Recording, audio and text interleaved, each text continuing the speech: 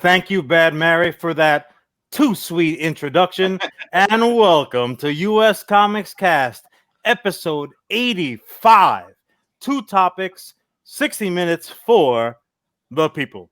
I am John Rivera, the CEO and co-founder of US Comics, wishing you a happy comic book day.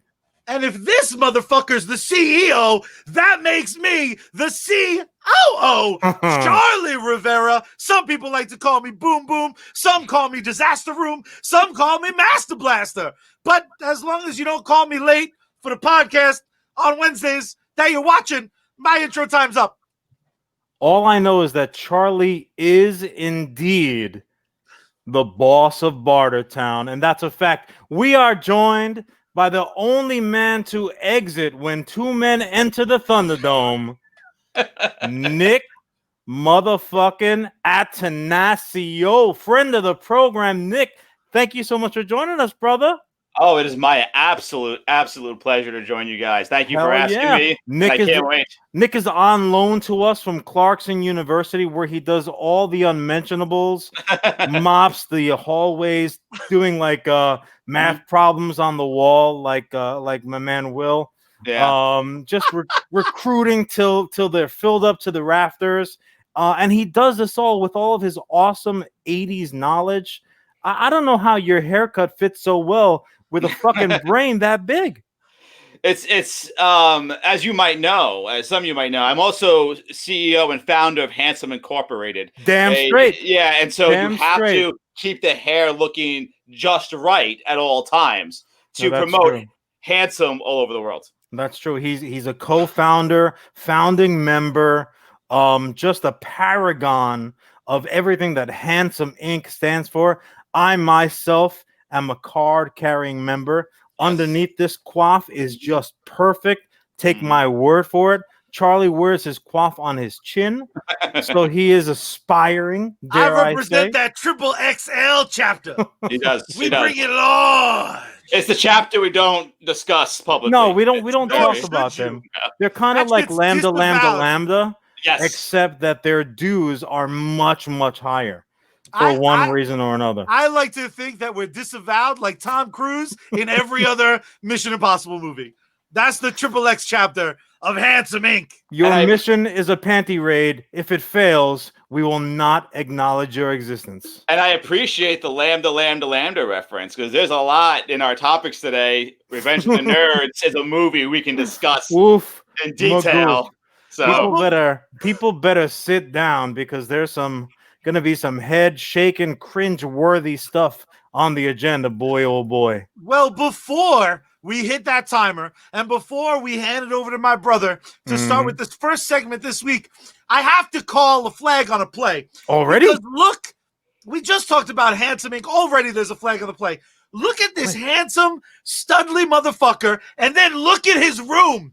Look at that. No, not you, John. You tried to mature your shit up. I got confused. Don't pretend people don't know. All of a sudden, pops are hidden. Now this leather-bound book, that smell of mahogany. Meanwhile, you shut your mouth. I got a birthday coming up. I need to, represent. You shut your old ass up, because look at Nick in his Save Ferris t-shirt. He got a Beavers jersey on the wall like he's turning into Teen Wolf. Motherfucker has a 12-pack like he's Finn Balor from the WWE, misleading girls. Unbelievable, this since guy. '83. This piece of shit picks up a girl, and I know now he's taken and blah blah blah. But when he was young and reckless, bringing a girl home to his giant VHS Charlie 80s collection, is just how dare you mislead? Going to town you on got that a new Nintendo relationship pillow, man. With a double-bladed axe, like he's running, like he is the DM, putting us everyone else in precarious situations that he knows he can get out of with his axe. Jeez Louise, Charlie just lighting fires all over town. I find it. I was supposed to own the nerdy shit. Beavers. He got the Rocky trunks on the wall. I see Back to the Future memorabilia. I see what he's doing. Yeah, you can't have all the categories, Nick. You can't have all of it. And here I am trying to display it, but obviously I can't tell my left from my right on his camera screen. So I'm trying to show you the Teen Wolf stuff, and I'm like, yes. Here it is. That's the Soda's party. That's the Soda's party. There are Don't worry, I don't know what's university going on. professionals. Maybe handsome, but not smart. Yeah, that's true. Look, people can't have everything. Give me a break. Like, you have to have realistic expectations. As Charlie points to the nearly empty Tito's, he reminds me that we are indeed brought to you by very loving, very giving, very talented sponsors. So I do want to mention them before we launch into our topic and the salt starts flying. Bringing us in with the Tulsa Tones, Bad Mary themselves. Guys, do yourselves a favor. Don't wait for our weekly installment to listen to your Bad Mary. Go ahead and be a go-getter. Show you're somebody. Be an American, not an Americant. Go to @BadMaryBand on Facebook, on Twitter, on Instagram. Check out everything that they have there. They do they do all kinds of specials. You'll see them performing live. Go to badmary.com. Go check out their Patreon page, patreon.com/badmary, or just Bad Mary on any of your music streaming devices of your choice. We're also brought to you by the Sarge himself right here on Facebook Gaming, Sergeant Finesse. He's doing it 8, 9, 10, 50 hours a day.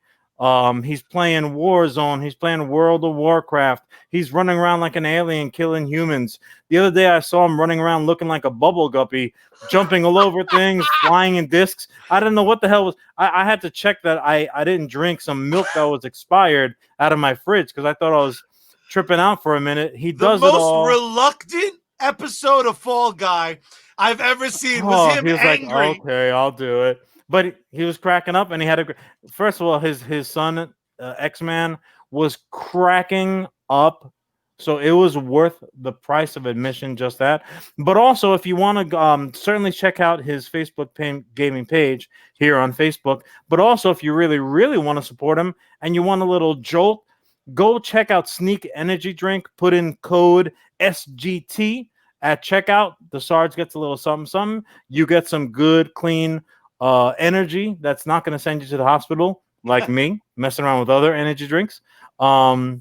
He's awesome. So that business with Stan being taken care of. Charlie, let me lubricate real quick. Not the first time I've heard you say that. Nor the last, my friend. Charlie, start my time, son. Time has begun. Okay. It's gonna get a little day after the beach salty in here. After this segment, you're going to need a shower. I guarantee you, because you're going to be caked up, not able to move, and questioning some of your decisions and commentary of the past. Good idea, Nick. Knock it back. So here I am. I've got a birthday fast approaching, and I'll be honest, I was pretty confident I had everything figured out. If there was something to be known, I knew it. Also, opinions, much like assholes, everybody's got them and they all stink, including mine. So it came to my attention that upcoming on HBO Max, which I happily stream off of Charlie's password. Thank you very much, Charlie. One of my all-time favorite movies, and this is going to connect, I promise. One of my all-time favorite movies, Blazing Saddles, was going to make its HBO Max debut. I worship at the altar, as I like to say. I realize, no need to comment. I worship at the altar of Mr. Mel Brooks. If the United States had a version of knighthood, I'm saying we should bestow it on Mr. Mel Brooks himself, because he's a god among men. I believe he's 2,000 years old minimum.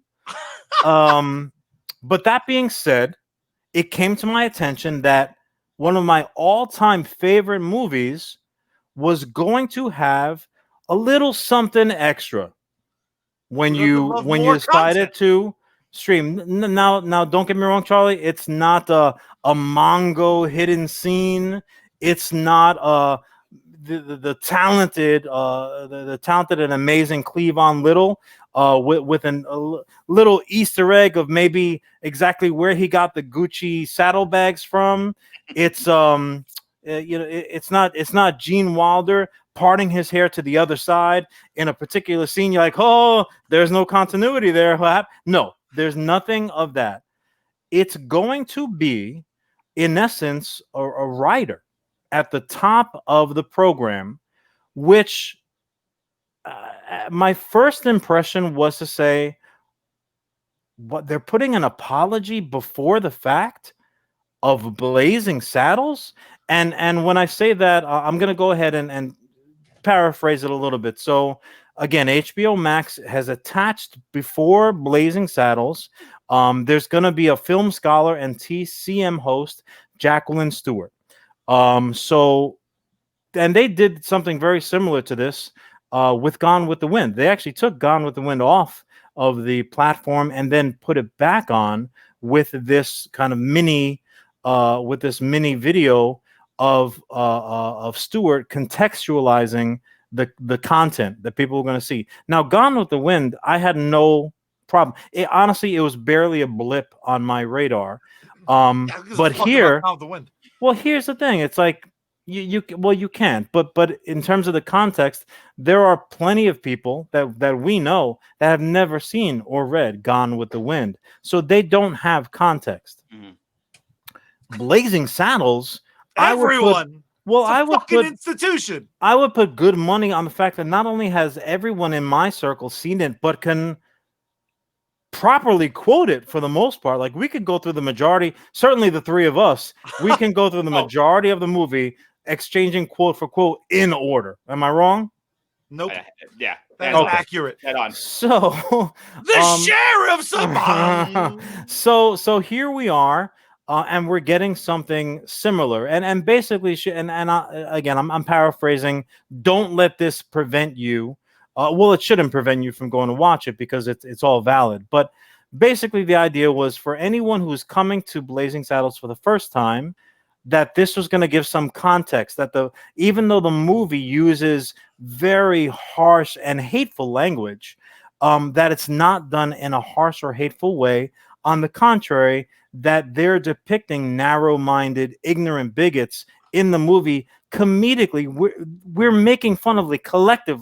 We're making fun of these people and showing just how ridiculous they are, where the two main characters, played by Cleavon Little and Gene Wilder, are, they're showing all this small-minded bullshit to be what it is, while actively laughing at it, and also, by the way, spoiler alert, saving the day. So I quickly went from like being aghast that this was happening to, and this is headline culture, which I realize that I'm a part of. I was offended by the headline, but I was offended so much that I said, let me see about this. All the better for me to bitch about it later. And then in doing my research, I had to sit back and say, all right, well, I guess that's okay. Like, nobody's asking for my opinion, but you know what my opinion is? That, yeah, it's okay. Certainly doesn't take, I would much rather have a little mini writer that's not intended for me, because I know the movie, I understand the context, and I get who the joke is on. The joke is on them, not on us, right?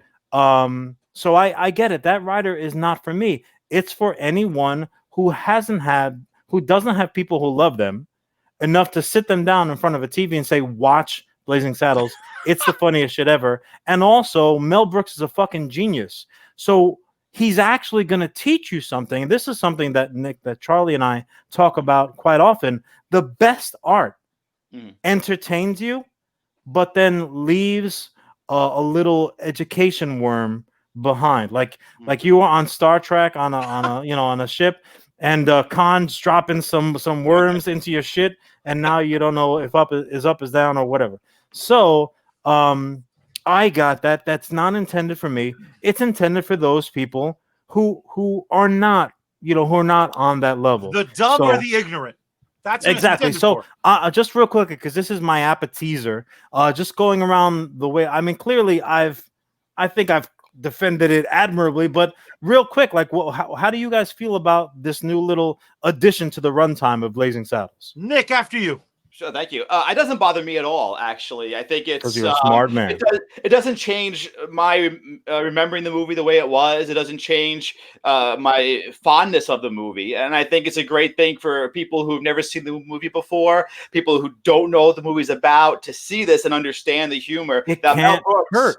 It can't hurt. And people forget that Richard Pryor helped write that movie too. So there's a lot of reasons, a lot of great stuff in there. The first time I ever saw a disclaimer in front of something like that was, I want to say in the mid 2000s, Warner Brothers came out with the Looney Tunes all on DVD. And right before each video, they had Whoopi Goldberg, I remember this one, come out and talk about the racial stereotypes that you would see in these cartoons, making the note saying they were wrong then, they're wrong now, but they were part of history. We just want to explain what was going on. So I have absolutely no problem with this. I think it's educational. I think it's great. You're going to start seeing things that turn come, in which movies, especially from the 80s and the 70s and going back further, you're going to see those disclaimers in the beginning of the movies. And I find nothing wrong with that. It shouldn't take away your enjoyment of it. It's just going to make people more aware of what they're watching. Yeah, I'm with you, man. I think, to double down on the point you're both making, not to be wildly boring, but the truth is, the only people who could possibly be offended by this are, again, it's one of three categories. It's evil people who want the wrong message to get past the goalie. It's stupid people who can't look outside their own bubble, or it's ignorant people who, God bless them, they're so fucking innocent, they don't see how anyone wouldn't understand that message. But I can talk for myself, like Nick, like you, John. I fucking love movies.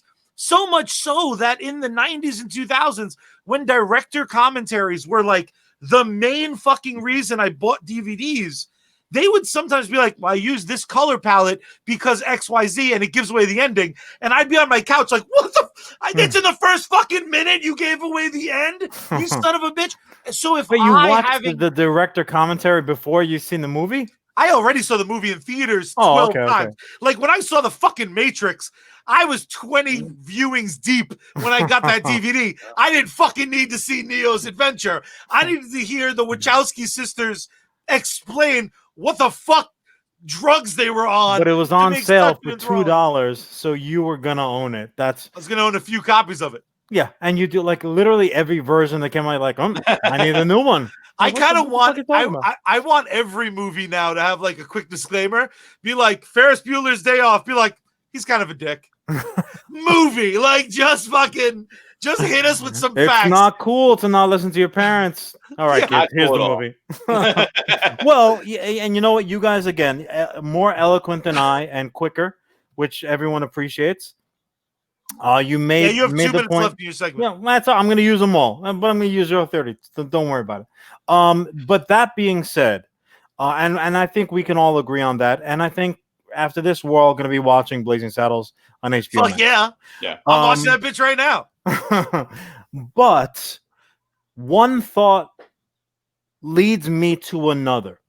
Leads me to two thoughts. The first thought being, painting with broad strokes is problematic. In art, if you're painting your room, or certainly when you're battling social issues through art contextually, right?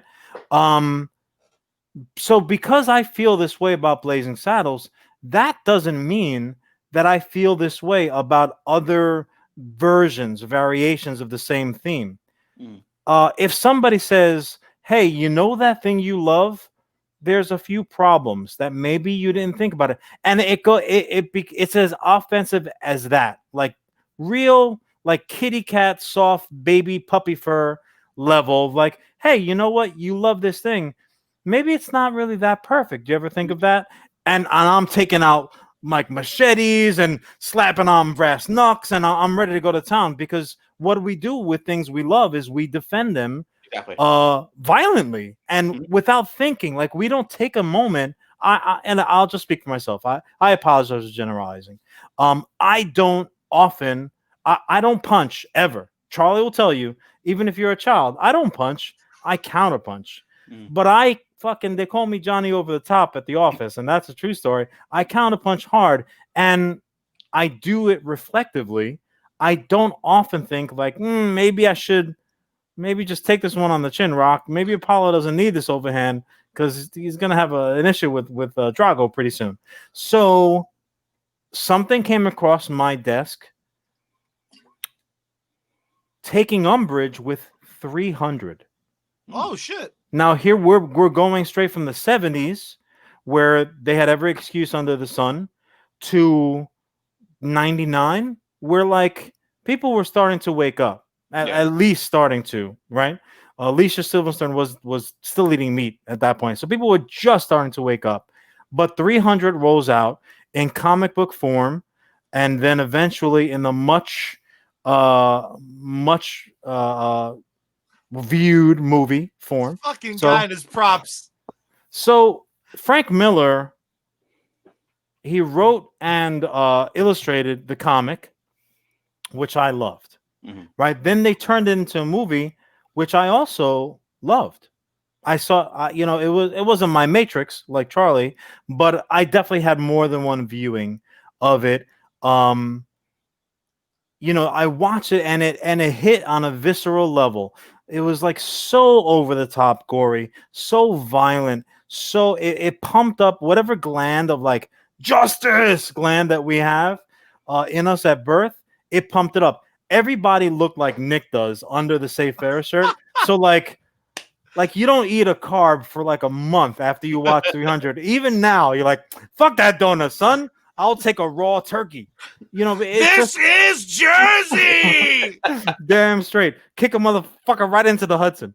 So it triggers you, right? It triggers you in that way of activates all these little things, and it does a great job. It is a historical. It's a historically accurate story. The Battle of Thermopylae did happen, but what kind of dummy didn't know that it didn't happen? Oh, it wasn't a comic book in real life? No, comic books, much like most art, they take liberty. They take creative license. That's what it's fucking called. We didn't mention Nick is a very, very accomplished writer, so he'll tell you.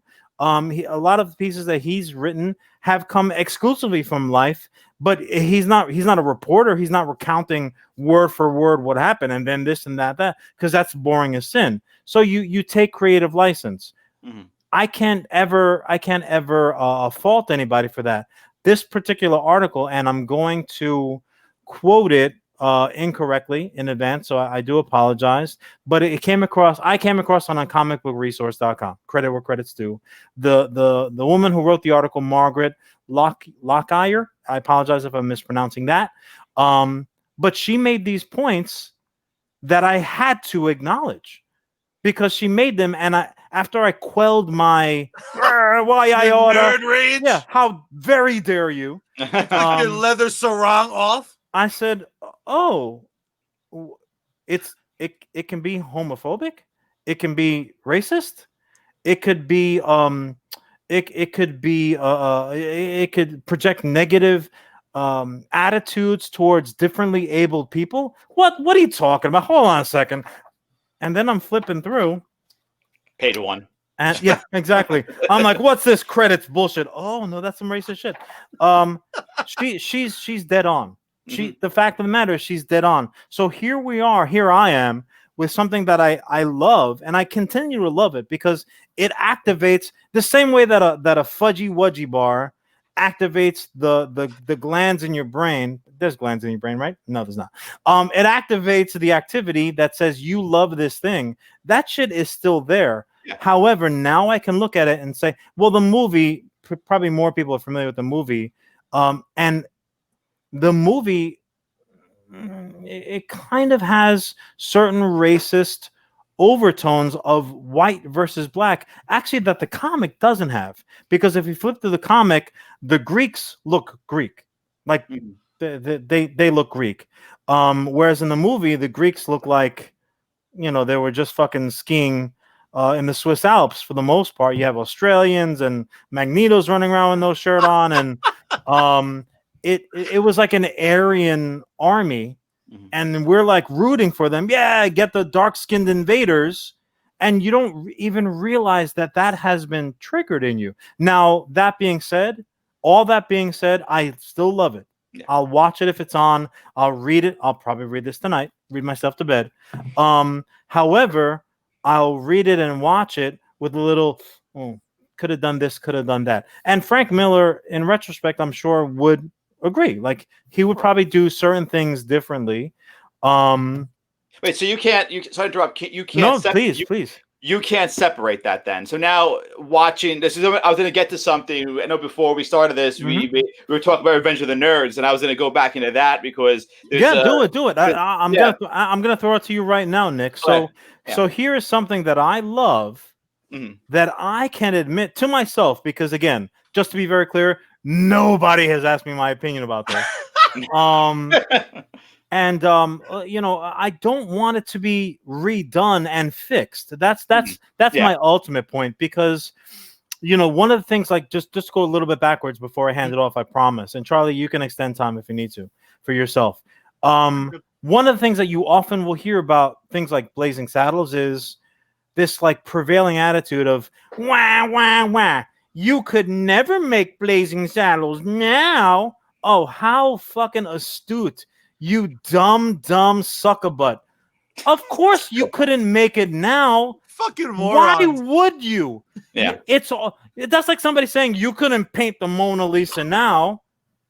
You don't have to, asshead. It's already been painted. Blazing Saddles has already been made. Blazing Saddles is perfect for what it is. It's funny as fuck.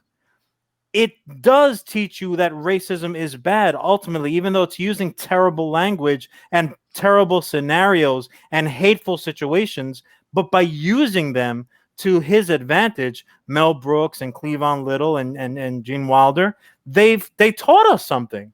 We didn't know we were being taught something, but they did. They made us less of assholes than what we really are, right? They're responsible for reducing that portion.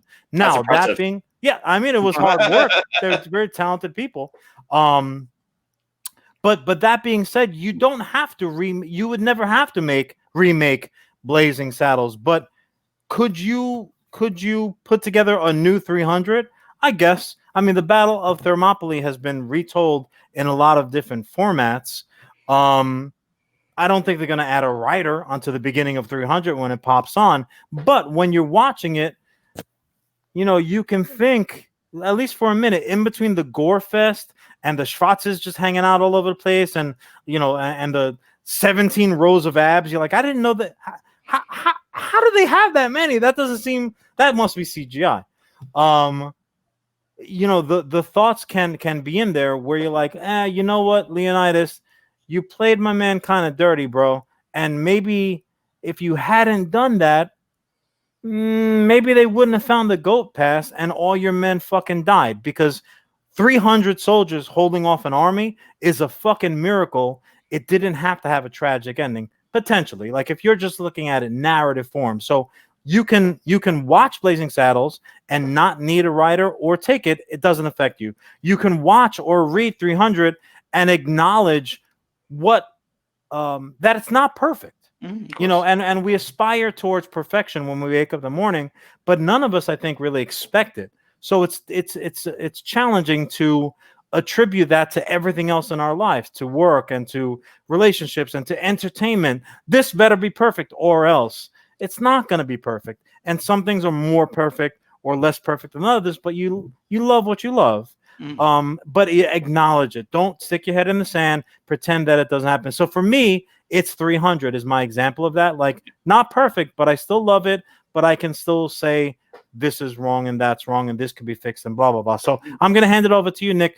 Do you have a love that's imperfect in your life? Oh, I have plenty, because, again, I always bring everything back to the 80s. If you look at 80s movies growing up, the entire decade could fall into that category. Basically, I mean, every movie there was racism, there's sexism, there's everything and all that, and it doesn't change my love of those movies. Still, I could look back now as an adult and go, "Wow, I didn't see that." thinking of Ghostbusters, how Ernie Hudson's character is so thrown away, he's not even on the poster, and he's a great character. Twice. Twice. Both movies, they do not acknowledge him. Exactly. But so a movie that has, I felt, gotten a lot of sting in the later years is Revenge of the Nerds. A movie that I love. I love Revenge of the Nerds. I think it's one of the funniest 80s movies out there. I could watch it over and over again. I do watch it a lot. But it's a movie that, unfortunately, if you watch it now with newer eyes, it doesn't really age well. And there's an argument. So I'm on on social media. There's a 80s group chat that I'm part of. Of course you are. Of course I am. I'm part of it. He started it. No, I didn't start this one. Someone else did. I will admit. But I love it because there are so many movies I didn't even know existed that I was able to learn about, and then also get by right away because I'm crazy. But we were having a discussion on that page about Revenge of the Nerds, and I wrote, "Love this movie, but unfortunately, some moments don't really age well." And there was one gentleman on there who took strong offense to that, to the point where he came very combative and very challenging about what didn't age well. And so I brought up, we were having the discussion. And I said, rape? Well, basically, this guy doesn't realize that. What's a little bit of rape among friends? So, even before I get into the rape part, I'm going to put it in quotes because it wasn't intended to be one, but it comes off that way. The context wasn't rape. Yeah. But I said the shenanigans. I'll put the word shenanigans for that the hijinks. The hijinks the fraternity does. The idea that the one black character is also gay. That the Lambda fraternity is basically this. It's the tough black characters who who looked at as tough thugs. That idea. But then you have the scene in which Poindexter is tricking Betty Monroe until they're having oral sex, and it's the scene wasn't written to be that way. The writers have even said that it was written to be almost comical in a way, but the writers themselves have admitted that scene does not play well. They regret the scene and would not do it today. But the individual I was talking to could not take that. In his mind, saying that took the movie away from him. It took away his memories of it. And I remember going back and forth. No sense. It doesn't. And I remember going back and forth with this gentleman, and I kept saying, and I finally gave up because it came to the point. What's the point? He had his stance, he wasn't changing. Right. But I said to him, this should not change how you feel about this movie. I remember watching it with a friend of mine who'd never seen it before, and she's watching it and goes, that's a little messed up. Yeah. And her saying it was like, yeah, you're right. It's a little messed up. Yeah, sometimes you need that.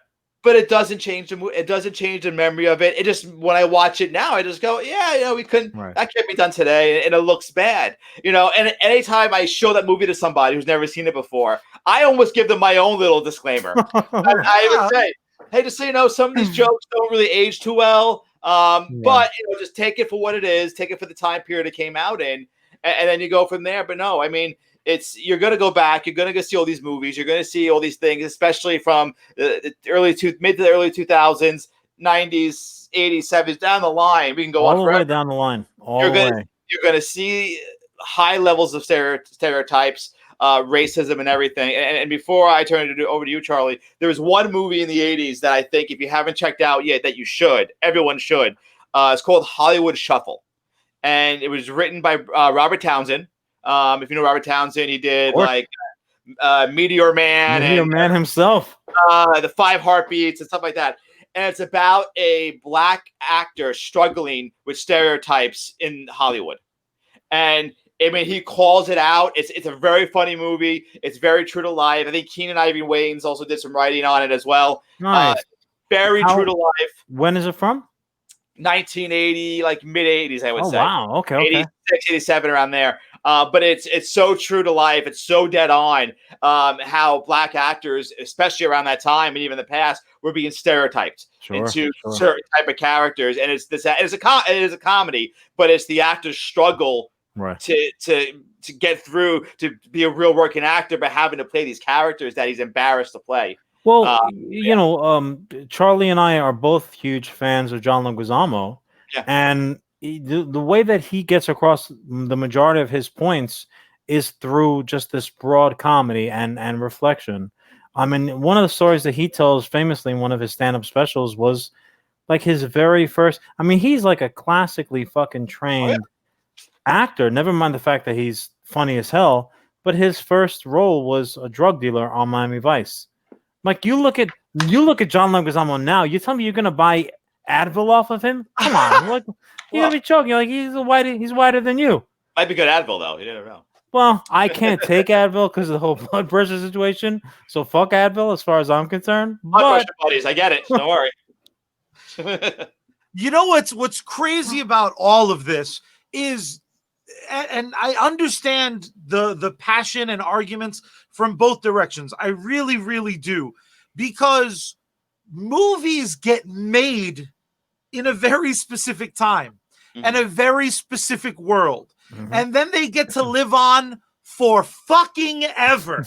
And when a lot of these movies came out, they never thought they'd be on TV, let alone available 24/7, 365 for viewing in fucking 2020 when we're all locked at home rewatching everything in high def when it was recorded on film. You're like, I drew this movie. How is it in high def now? And what's screwed up is if you look at some of these classic movies, even out of the 80s, Clerks, for me, Gospel, Kevin Smith put together this film that means fucking everything to me. It's homophobic. Yeah. Jay Muse in that movie makes all sorts of allusions to like, fag shit. And that runs across all of the Kevin Smith universe. Kevin Smith's brother's gay. Kevin Smith loves gay people. It was never done with hate. Chasing Amy isn't about any lesbian can be turned straight with the right dick. They say it in the fucking film, and people still miss the message. What happens on these films get to live, and they live it on in these beautiful ways sometimes. Well, Charlie, just not to slow you down too much, because I think you're dead on, but and Nick can back me up, because like the penny book that you buy when you're writing a script, on the first page they say show don't tell. Yeah. So in something like Chasing Amy, you make you bring up a good example. Even if the point was not, well, you can fix a lesbian with just some deep dicking. If people didn't get it.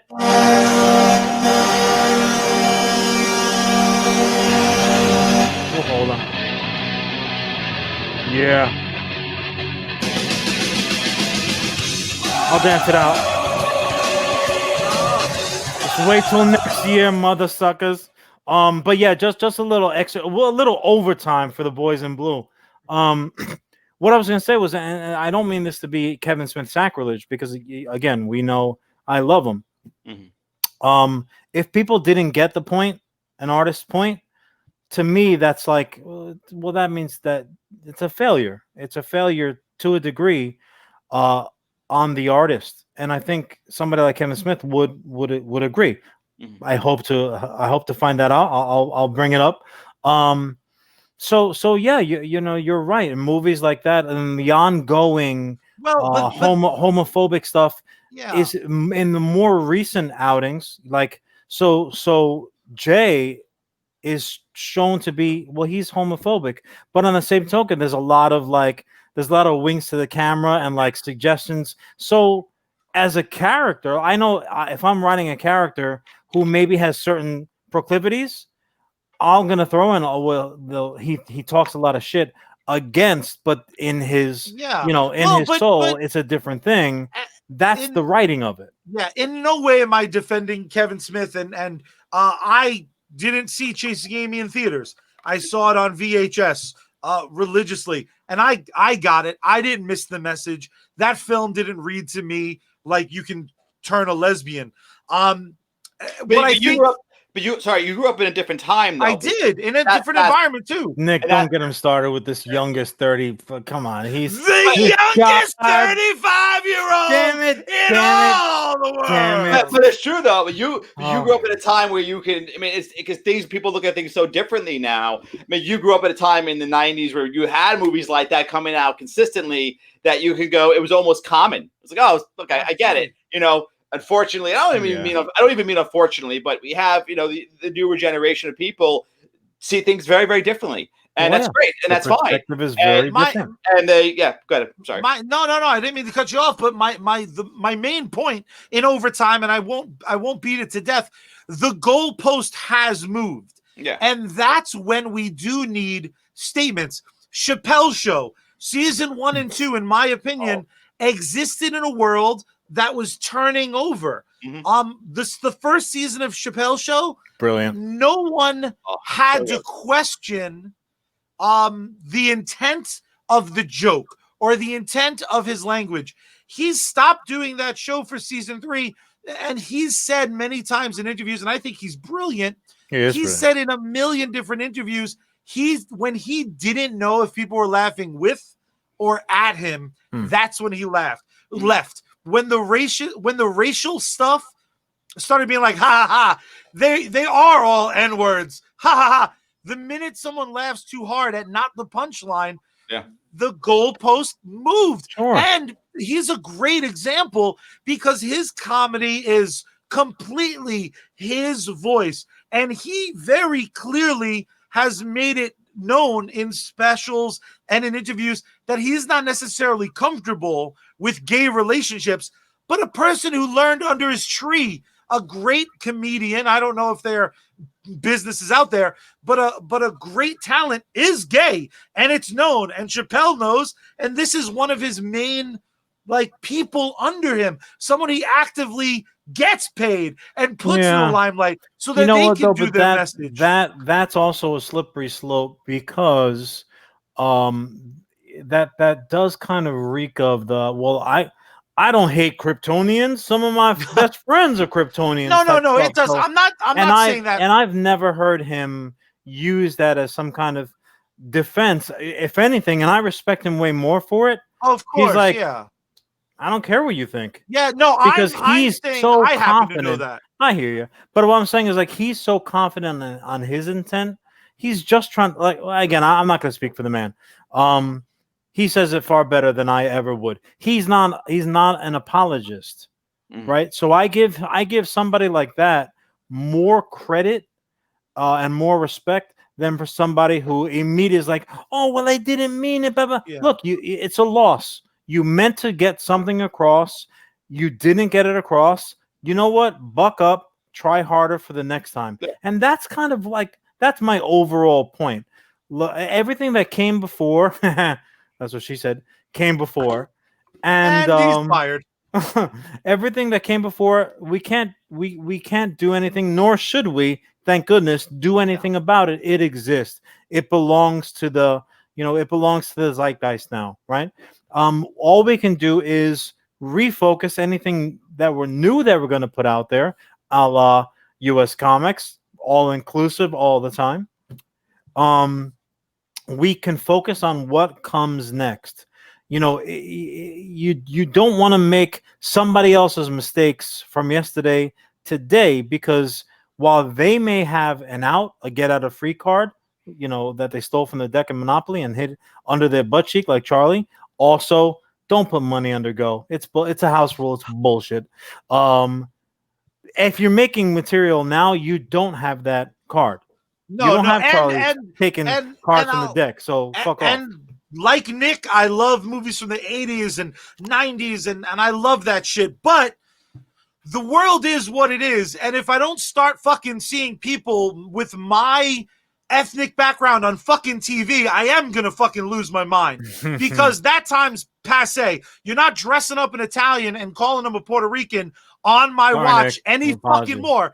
Doesn't mean I don't think West Side Story rips. I do. I think that shit's great. Nick can pass. We'll get a little arroz con condole and it's over for him. He's all the way in, dude. So Well, Nick, I'm gonna get you I'm sorry, I don't watch Telemundo. I'll fucking show you Telemundo, motherfucker. I don't speak Spanish either. I don't know what they're saying, but I know they're bomb piece weather women. Is more Italian than Nick. I swear to Christ. I don't know in the fact where that we I got really him love from. pizza. The But gray hair kind of messed everything up. But we are right here in kind of the middle because my long-winded ass brother. Yeah, sorry about that. Just the worst. Just had to blah blah blah blah. But it's time for unsolicited advertisements. Yes. This is the point in every episode where we talk about commerce, shit that's near and dear to our heart. This week, I want to talk about the newest addition in my life. That is my baby boy, Jameson Ray, came into my life by way of the Adoption Center. You can follow the Adoption Center on Instagram or Facebook. They get dogs from all around the United States, and they help people find their children. In essence, they're furry children. They're four-legged children for the most part, but they are absolutely amazing. It's a completely reputable. I'm a big fan of Adopt, Don't Shop. Fantastic company. You follow them on Facebook and Instagram, and they periodically put up groups of dogs that are available for adoption. You go ahead and you express your interest. You're then vetted. You do some paperwork, and if you're compatible, you got yourself a new buddy to keep you up all night. But God damn it, is Jameson Ray just worth every sleepless night. Adoption Center on Facebook and Instagram. Trust me, you can't go wrong. If you're looking for a fur baby in your life, we're all quarantining. We're home a lot. Maybe it's time for you to have a new addition. If that time is right for you, Adoption Center, Facebook and Instagram. That's my plug of the week. That's a good one, Charlie. That is a good one. So for my plug of the week, this is one of those things that comes along so infrequently. And we talked about kind of if some is good, more is obviously better. I'm a big proponent of long form storytelling. I think that you can get a lot more across to your audience. And I'm so grateful that somebody agrees with me, because good friends of ours and of the program, Chris D'Amato and Louis Aquilar, have adapted. They've adapted their New York City International Fringe Festival bomb piece. And Nick will tell you these credentials mean something. These guys are award-winning playwrights. They're adapting their piece from the festival, The Information War. That's right. It's a complete takeoff off of Psychopath from the InfoWars. Alex Jones, what a nut job. This is the type of guy that if a writer came up with him, you'd get your head shakes. You're like, look, he's funny. He's great to laugh at. He's just completely unbelievable. You got to tone him down a little bit. Except this guy is friggin' real. So, our buddies, Chris. Don't listen to USComics CAST. They're aliens from the moon. They're dumping the podcast into the river and turning the frogs gay. All right, Alex. I don't watch Telemundo. You need to get on board, because Alex Jones definitely does. So in any case, they've adapted this play into an upcoming 10-episode series. That is awesome. Right now, they're at the crowdfunding source. So I highly recommend, if you've got a couple of extra shekels burning a hole in your pajama pockets, take it over to Indiegogo.com. Look them up. The Information War is the name of the project. They made an awesome video to introduce it and explain it. I'll just give you the short form of it. Again, it's been adapted into a 10-episode web series. I'm going to do it a disservice, so I'm just going to go ahead and read it. So here we are, America present day, the age of misinformation. Madness has besieged the nation. What is fact? What is fake news? One thing is certain, there's a war on for your mind.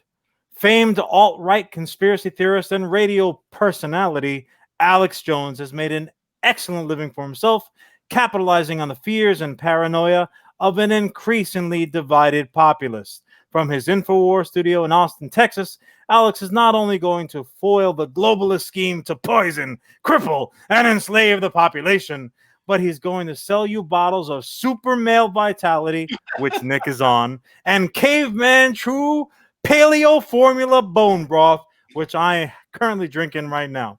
While he does it, little does Alex know that the frenetic fervor he has whipped up among his followers, alliteration, has physically manifested itself into something dark, powerful, and very alive. A great evil has birthed into the earthly realm, and Mr. Jones is about to be thrust to the front lines of a new kind of war where his wealth, marriage, sanity, and our entire civilization hang in the balance.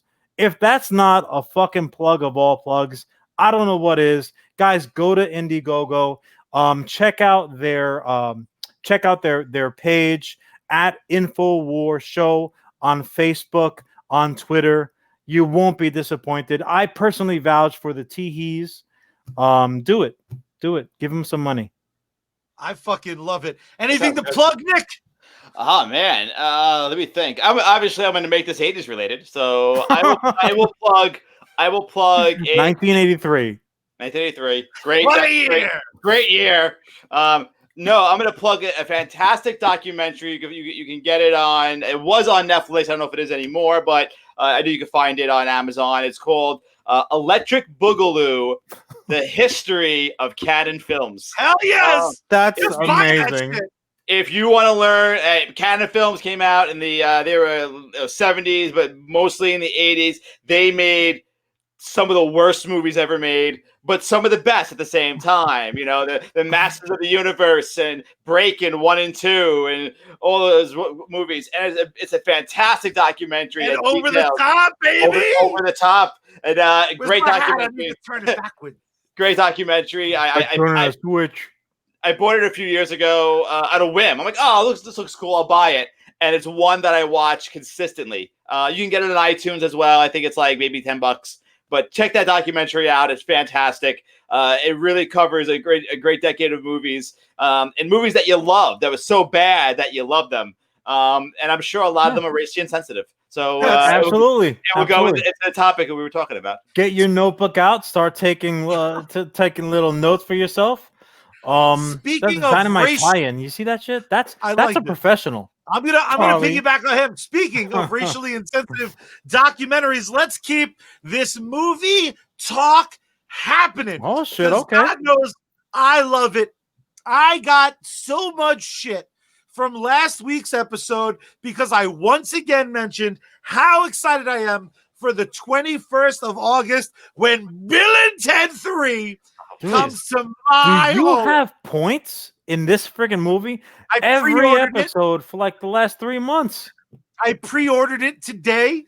$25. It's gonna get mailed to my house the moment it's printed. I will be probably spending between $25 and $125 when they finally show me what they're gonna charge for my home viewing. But it got me looking at the movie slate, and I started noticing something for the first time in recent memory. I'm a big I like to bitch. It's just fun. It's fun to It's just fucking. It's a good time sometimes. And you're really good at it. I get why Twitter exists. I totally get it.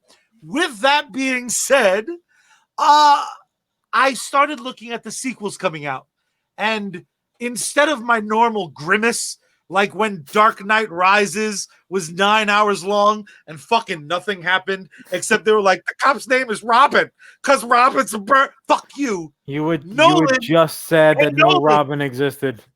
Nolan, fuck you, buddy. Fuck you, pal. I'd rather watch Batman. Unless you want to direct a USComics movie, then you're the shit. You're the best. Do 4 of them. It could be boring, the last one, as long as the middle one makes all the money. You could flip shit upside down. It's fine. We got all kinds of budget. What I realized was there's a shit ton of sequels coming out, and they reek of awesome. And they expand the multiverse of fucking time and space. because what's old is new again. And a lot of these movies that maybe had questionable beginnings now have a fucking chance to get everything right in a 2021, 2022 sort of way. So I want you guys to let me know if am I the only one excited? Let's start. Obviously, Bill and Ted. If you don't want Bill and Ted to come out and make all the money, you're my enemy. So let's move on to Coming to America 2, hot off the heels of Dolomite Is My Name. Great movie. We have Great flick. Great. Great. So good on Netflix. It just rips.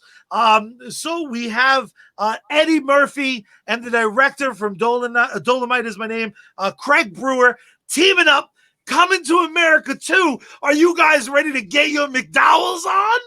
I'm excited. I'm excited. I'm looking in that movie. I'm looking forward to seeing Wesley Snipes in that, and whatever character he's going to play, because you know he's going to be crazy. So, and I'm hoping he's Blade somehow. I know it's not going to happen, but I am Coming to America. That's one. That's a big one. That's what I'm looking forward to. What about All you, I have Johnny? to say is, yes. Fuck you too. I can't wait. This is one of those movies. To be. I don't care to a certain degree. I don't care what happens to any of the main characters. I don't care if they've stayed together, who hasn't been hit by a pack of hippopotamus. I just need sexual chocolate in my life. I just that boy good. I need it. I need it. I can't wait for this movie. This is a movie that came dangerously close to being remade. Yeah. And now on the outside of the end of the world, we're finally having people do the logical fucking thing. Rocky has 95 sequels. Why the hell not just sequelize? Or John, a few weeks ago, coined the phrase, the reroute, where you take a character from a movie you love from the past and you make Ferris Bueller too, but it's about that bomb piece girlfriend he definitely didn't stay with, because at some point she was like, get your ass off that float, sucker motherfucker. Nick, you're as a child that as a child of the 80s and as a devotee, how fucking brilliant. How brilliant am I? The reroute. Not a reboot. I like that. Not a remake. Yeah. Reroute. I like that idea. I like that concept. I've actually always liked that concept of taking a character, minor character from another story and changing seeing where they go. And the focus, yeah. And some movies have actually done that. There have been a few movies out there that have taken, and again, 80s, that have taken the minor character in the story, and the sequel is them, is the character. Let me test the Nick knowledge of the 80s. So we all know that Red Sonja is kind of an unofficial spin-off of Conan. Yes, it is. But they changed some of the proper names, didn't refer to people by name intentionally in some cases. They were like, what happened to Onan K? Like, where's you-know-who? But also, there's been a long-standing rumor that Red Scorpion was like an unofficial spin-off off of What Happened to Drago, but certain names were changed, code names are used. Now, I heard it. I was like, I love that. In much the same way that I was like, yeah, no, the Emperor was Vader's dad, right? Like, secretly. Just because you want something to be true doesn't mean, we're not going to have the last season of Game of Thrones happen here. Well, it didn't end the way I thought it should, so that sucked. No, it was just fast, asshole, because these people have other job offers. Get over yourself. Canonically, I think all the Stallone movies are the same guy. I mean, there's a YouTube has a great thing in which the movie Snowpiercer. People think Snowpiercer is a sequel to Willy Wonka or Charlie and the Chocolate Factory. Yeah, and the connection's actually really good. I fucking support it. Poor bastard laid up in night in his futon filled with pizza and Cheetos and Mr. Pibb, and made those connections, named Charlie, that would never come to a sane, non-caffeinated person. Cheeto finger stained, just you don't get to that point. But yeah, no, that's one I'm all in for. I'm very happy that it's in sequel form, which it should be. Talking about both Wesley Snipes and Sly Stallone, Demolition Man 2 in May, Stallone said this shit's happening. I would watch a whole movie just about the three seashells. Everyone knows what a mark for Stallone I am. That needed to be an after the credits extra scene.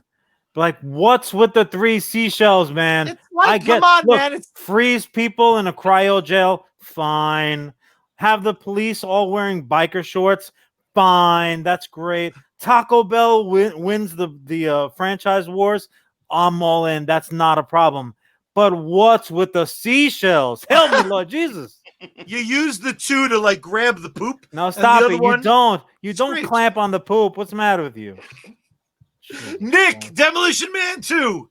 How excited? Not as excited as you two are, obviously. 1993 falls out of your expertise. Well, I'll be honest with you. After '89, I don't know movies exist. So, the old ending of movies in '89.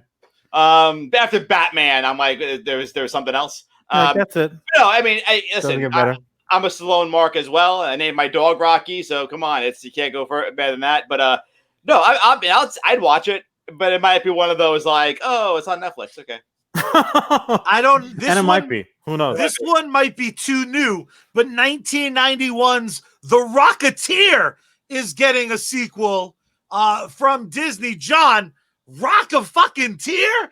The most underrated superhero movie ever? Yes. You know that I'm down for The Rocketeer. I love it because it was one of those. It's simultaneously a '90s movie, but also like a throwback to the to the Hollywoodland era of swashbuckling adventures. I mean, half the characters were tropes of that era. So, and I'm a big fan of both.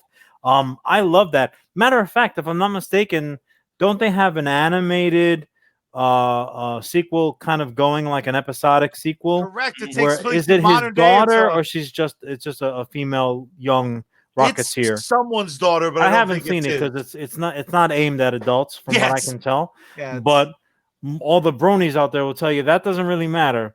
And I'm looking at Charlie when I say that. But yeah, I'm all in. I love me some Rocketeer. Love him.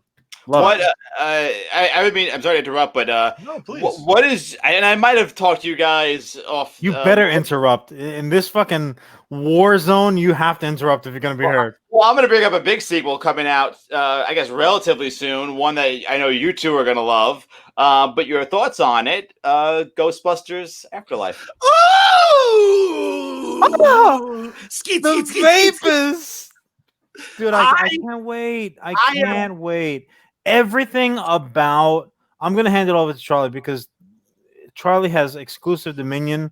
I'm just like on the outside waiting for some table droppings. I'm nowhere near as huge a fan as Charlie. The way that it's being handled is fucking... To me, it's speaking to my level of fandom about it. Because they're not saying, here's Ghostbusters 3. Here's not, what we got in 2016, a complete reimagining of it. Here is a continuation. That's it. Honestly, it is. That's almost a reroute. However, it's using characters that we haven't met yet. Honestly, as far as I could tell, the only recurring character, not looking at IMDb, is Ecto. It's a reroute. Yeah. So by definition, I love it. I'm ready. Chopped up. I don't think I was emotionally ready for a Ghostbusters 3 that went back. It looks. I have to judge it by how it looks because I don't fucking know. This shit looks like a movie. Well, it doesn't look like a comedy.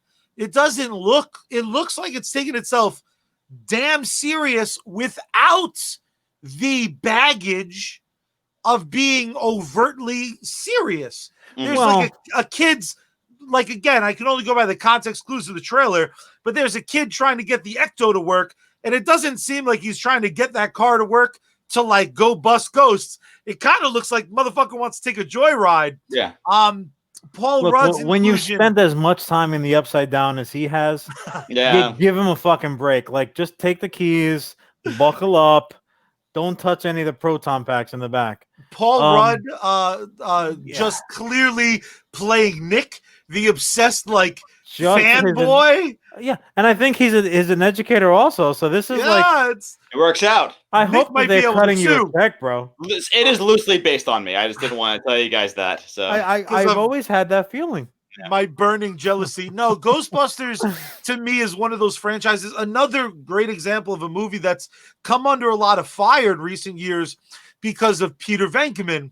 And I had to like explain to someone, be like, filmmakers, like, it's not a documentary. The filmmaker has to get some shit across, and bitches love Peter. Like, that's the point.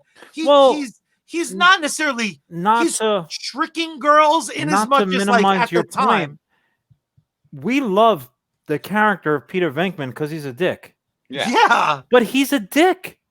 Yep. And obviously, ghost busting doesn't exist, but guys out there in the world that are dicks do exist. And you know what? Sometimes they can be charming in their dickitude. Yeah. And like, you're also going to have people like, I fucking hate that guy, Peter Venkman. He's a dick. And you're going to have people like, I love Pete. He's an asshole. And the film doesn't. That's real. But again, talking about like, I want to put the warning in front of Ghostbusters because it's like, asshole, the movie's being very clear. Not everyone likes him. His door says his door is not a pleasant door. No one tagged like, I love Peter. There's door.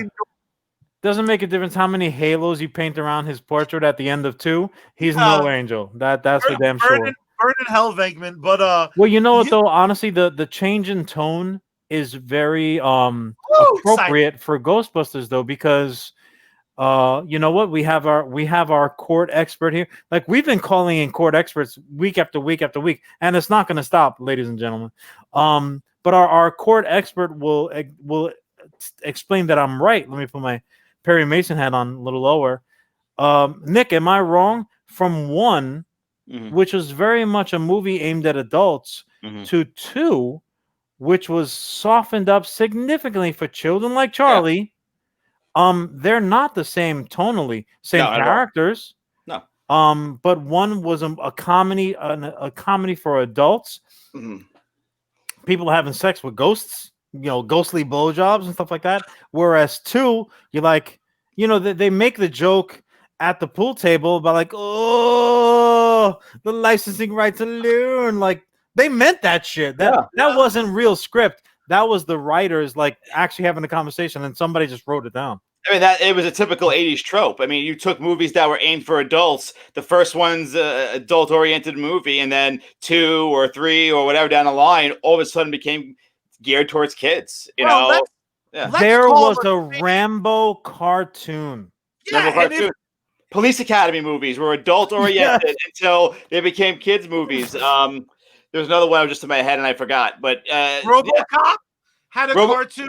RoboCop became a cartoon. And if any of those cartoons did the money that My Real Ghostbusters did, abso-fucking-lutely, Rambo would be like, hey, kids, the fundamental values of math equations, that motherfucker would have sold out too. Revenge of the Nerds, first one, adult movie, there's nudity, there's implied rape now. Part 2 is a kids movie. They're in Miami Beach, it's like, okay, we're funny now. So yeah, that was a typical. Where's the alcohol poisoning? What happened? What happened to my movie? Much like Rocky Balboa was to Rocky 4, at some point, one of the things you can do. Perfect movies? What are you talking about? Like, what's I agree. I love Rocky 4, but that movie's a cartoon. It is Of course, yeah. It's a cartoon. And it's a cartoon. It's the first time that I can think of that a cartoon was weaponized against communism.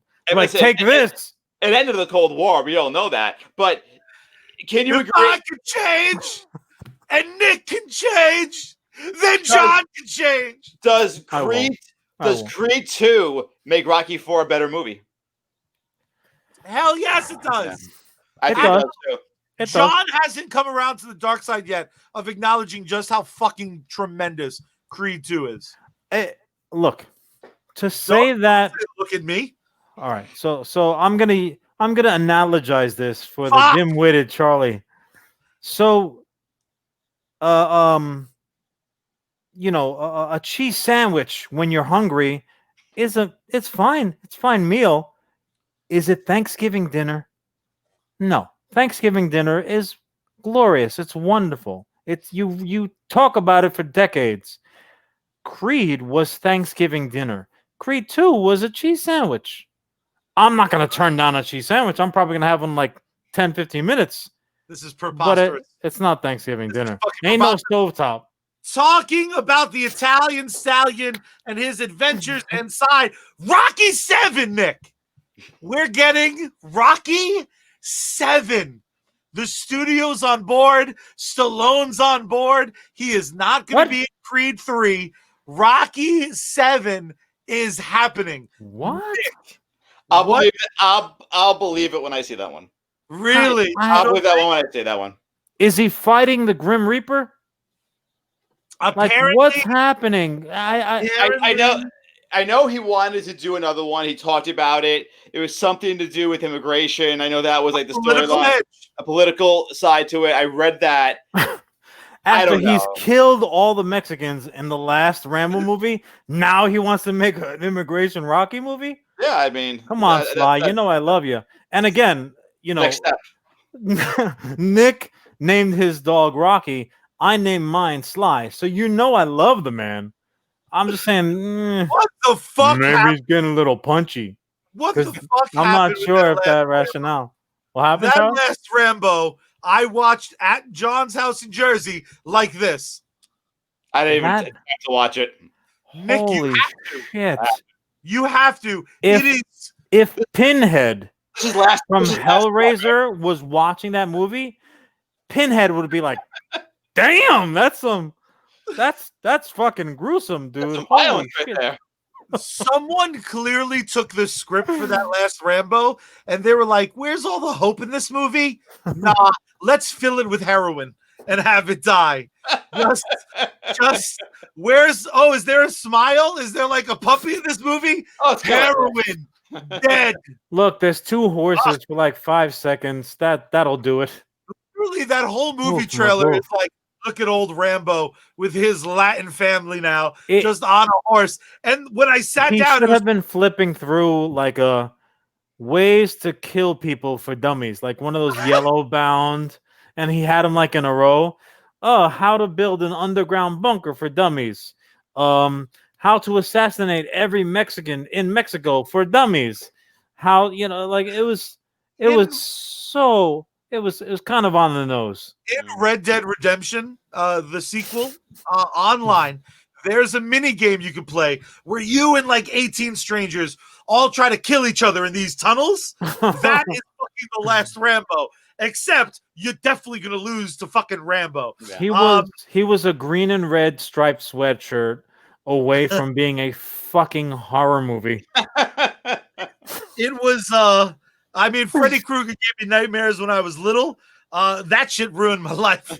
That shit, I was just like, I'm not going home tonight because I'm afraid of heroin, rape, and being murdered by I'm gonna throw a little knowledge on you. This is a little just side story here. So where I currently live right now, and I can tell the area, I think, right? Am I cool with that? Yeah, our stalkers are very respectful. So I'm in Potsdam, New York, and Wes Craven used to work for Clarkson University. Oh, so Wes Craven, and he was a humanities professor.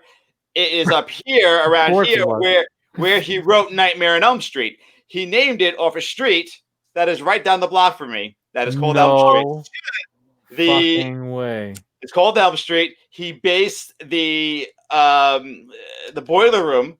So I helped run the theater stuff for Clarkson. We don't have the space anymore, but we had a theater space. And downstairs to that theater and that building, that boiler room is the exact replica of the boiler room you see in the movie. And holy the shit! So I'm never visiting you.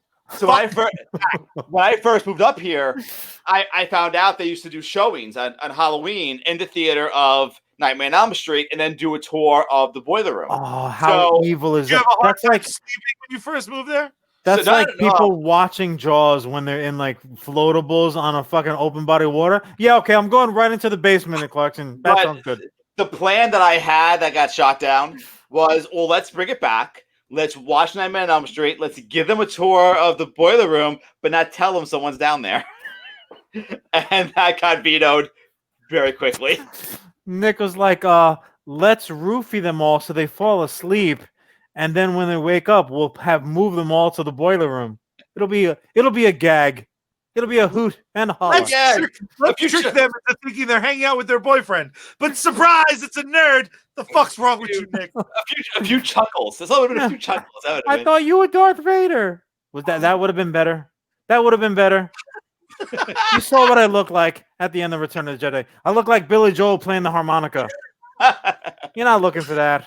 Terrible. I love you, Billy. I love you, Billy. 2.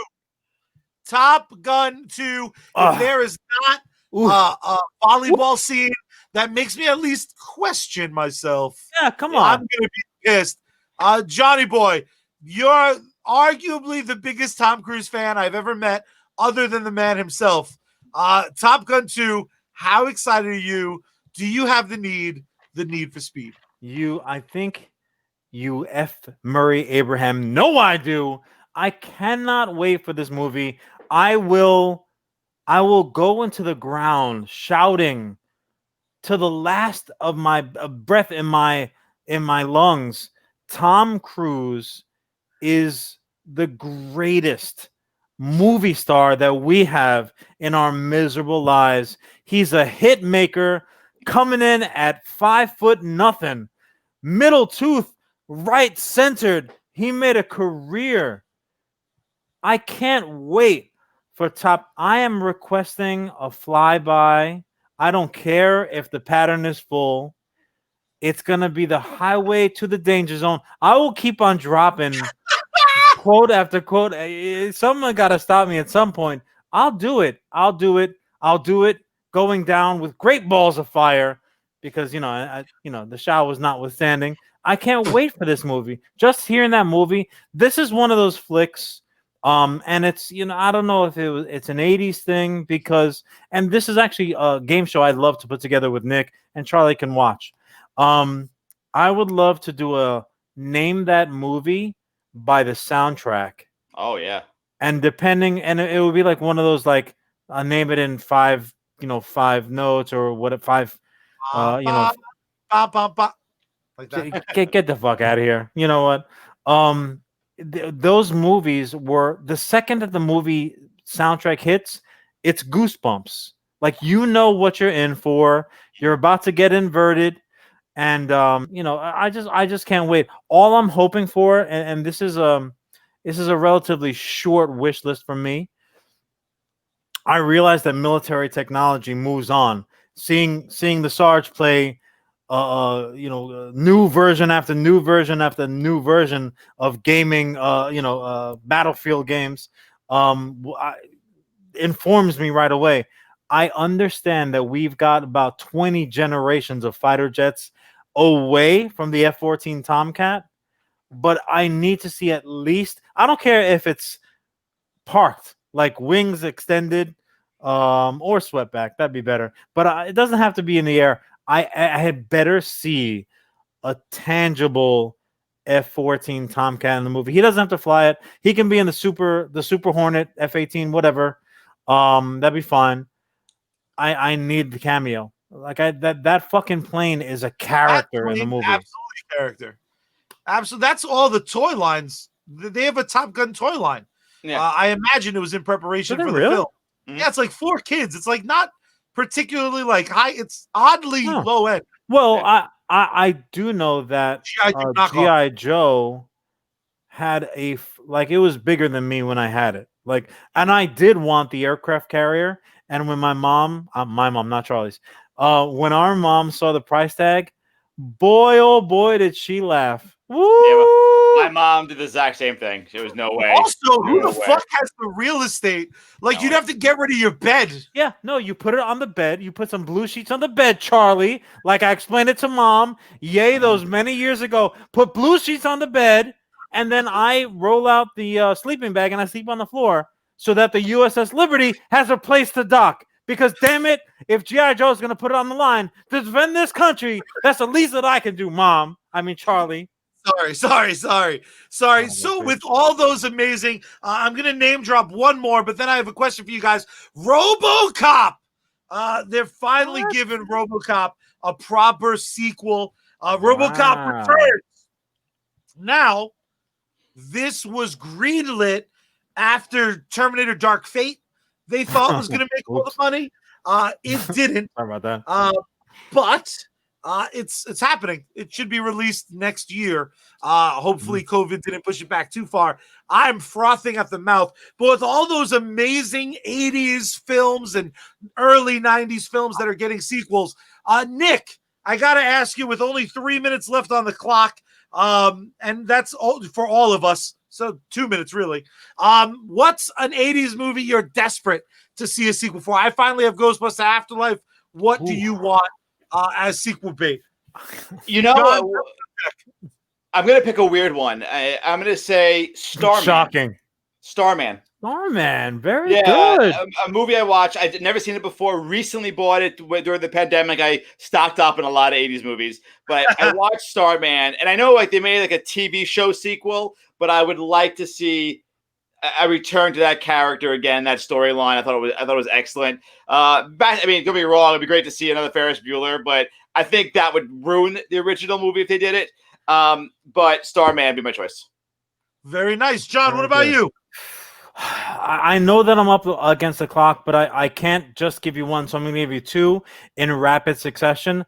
I want another vehicle from my man Tom. I want Legend 2.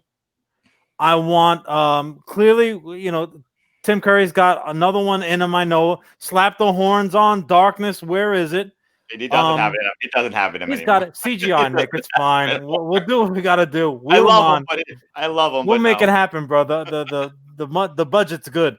But also I'm desperate to see a new Last Starfighter. Oh, okay, yeah.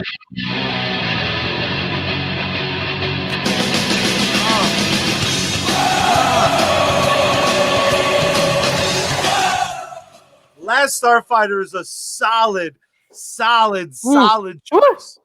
I'm impressed. Just under the wire.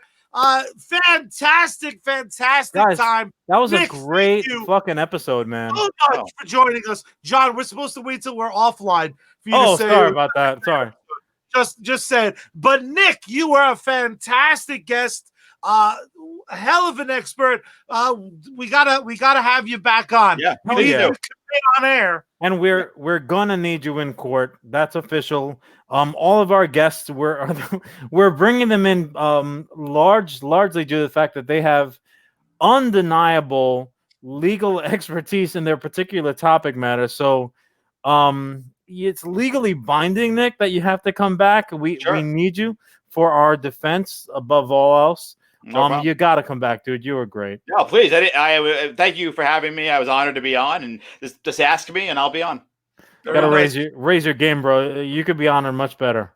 Those of you at home, remember our guest Nick is pro questionable activities in a school bus with late. No, that wasn't the takeaway. No, not at all. That's my bad. He gave you a specific legal writer. What's wrong with you? Now we need a writer at the beginning of every one of our episodes. Thanks, Charlie. Sorry. Son of a bitch. That's my fault. But ladies and gentlemen, you know what to do. That's give this video a like, a share, follow us. Do it now. Media. It's at USComics HQ. I know what some of you eagle-eyed viewers on Facebook are saying right now. You're saying, the Griffin logo looks different. That's right, sucker, because that's the social media icons instead of the stars. I'm getting that shit printed on a shirt because I thought John put it together, and it's so goddamn clever. But Facebook, YouTube, Twitter, Instagram, all of it is at USComics HQ, where you can see us every single Wednesday night, right around 8 o'clock. You can look at our beautiful faces. You can see this week, the man, myth, legend, Nick. You'll see him again. So make sure you follow us. There's like all sorts of alerts you can do so that you get our stuff in your news feed first. And it's a race to triple digits. Ooh, baby. If you're going to get on board, baby, get on board now. Now is the time. You can also hear this in audio only form every single Wednesday morning. It is released USComics CAST anywhere you can hear a podcast. I want you guys to do me a huge, huge, huge favor, and that's tell someone about the show. Even if you hate them, you guys can have something you like each other about. And it'll make them a better person. You'll have more stuff to talk to them about. That shit's just a Come fact. on, mending fences. For Nick, for the CEO, John, I, of course, am Charlie the COO. And there's only one way we end US Comics Cast, and it's not with a goodbye.